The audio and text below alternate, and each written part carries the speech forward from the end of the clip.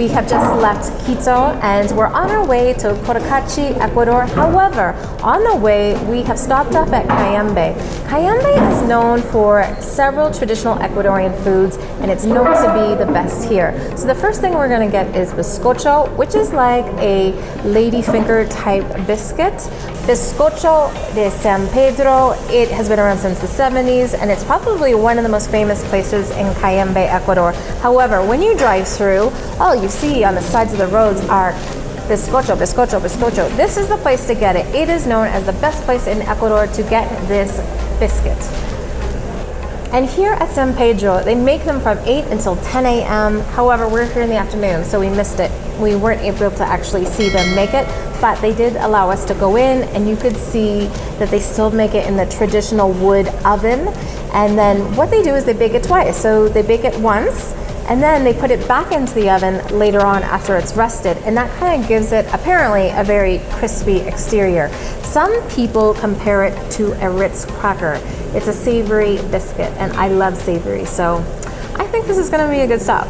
Now we were a little bit more hungry than just having some biscuits at this stop, so we decided to split an almuerzo. Now an almuerzo in Ecuador is a traditional set lunch. It usually comes with a soup of some kind, and then you can choose between 2 different mains, and then also you usually get a fresh juice. In this case, I chose the starter, which is locro soup. Now locro traditionally is a potato soup. It's usually vegan, and the color of it comes just from delicious potatoes. However, around Ecuador, locro soup recipe does vary. So in this case here in Cayambe, we are having it with both with cheese, which doesn't make it vegan, it's not vegetarian, but also it's got cuero in it, which is almost like a stewed pork skin. So there's little bits of stewed pork skin in it. So not vegan, not vegetarian. Anytime you're going to order locro, it's really good to ask how it's made or if it's vegano or vegetariano,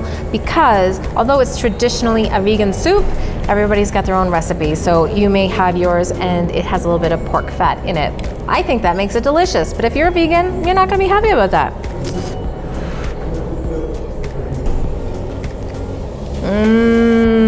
Okay. This is really good. Super tasty. Like a creamy potato puree.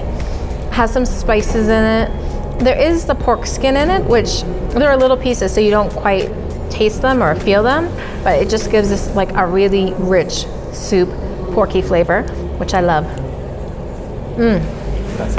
So good. We do have another dish. We've got a pork cutlet with creamy mushrooms. Oh, a full salad, which is shocking here. I've never seen such a big salad. And then French fries. I'm actually really surprised there's only one starch on this dish. Where's the rice? I'm sure some Ecuadorians would be unhappy about this, but I will take that salad anytime.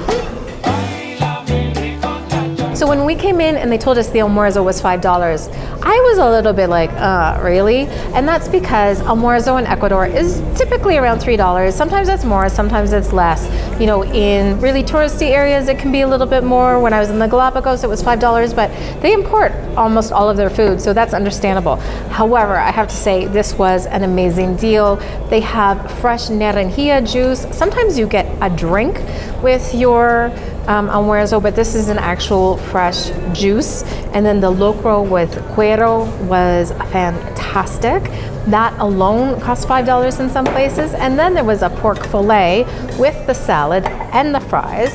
And then this ají, which is pepa de sambo, which is a pumpkin seed hot sauce. And let me tell you, this is one of the hot sauces I've had. Hottest hot sauce. Then when I thought that was all over, I already thought it was worth $5. They brought us out this dessert.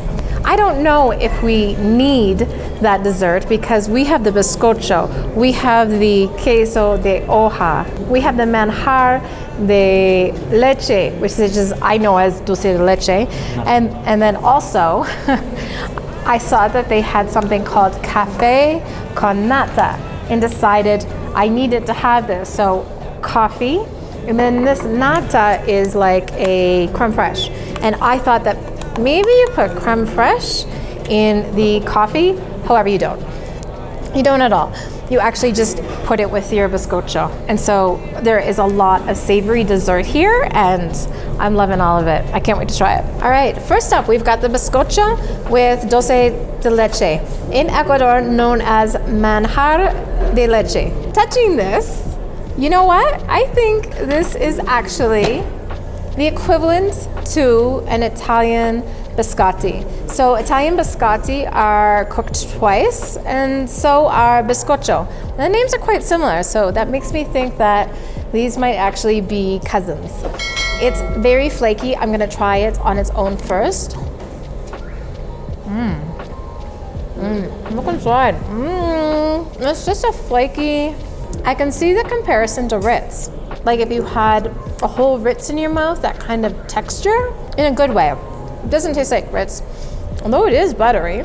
It's really good. It's a nice, savory kind of treat. Almost like if you like tea and toast, you would like something like this. Now I'm going to try it with some of the manjar de leche. So manjar de leche, dulce de leche, this is condensed milk that is boiled almost until it's caramelized, and that's why it's this color. This area is known for its dairy. So when you come in, you see all the bizcocho, you see tons of flower production and roses, and then also this is like the Cerraguro of the north. So you've got Cerraguro in the south, which is known for cheese and milk and dairy. Up here, you have Imbabura. The Imbabura province is known for dairy as well. All right, this is gonna be very sugary. I thought it was gonna be too sweet. It's not at all. Kind of sweet, but very caramelly, deep kind of flavor. It's not too sticky, it's not too sweet. It's really good.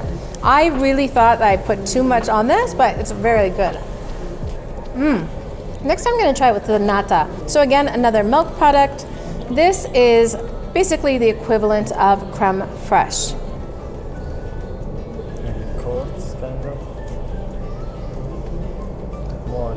Just a nice, creamy, a little bit sour. It's really, really good.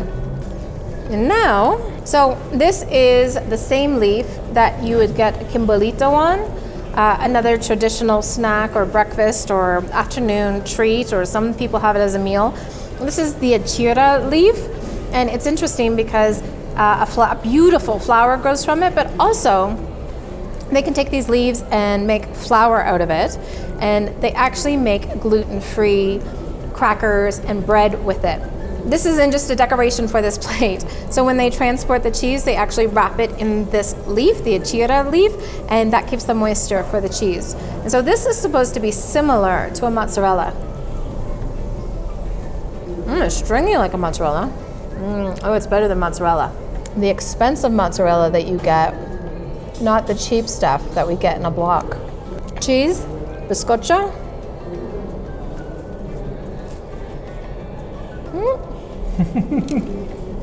It's so crumbly.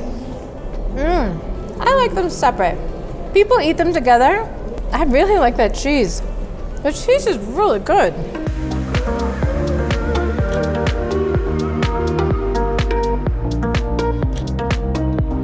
Good or no? Good. Okay, well that's good. This stop here has been so good. I thought we were just stopping in for a bite. We ended up ordering much more than I thought, but everything here has been delicious. So if you're in the north, you're heading to Cotacachi, make time to stop in Cayambe.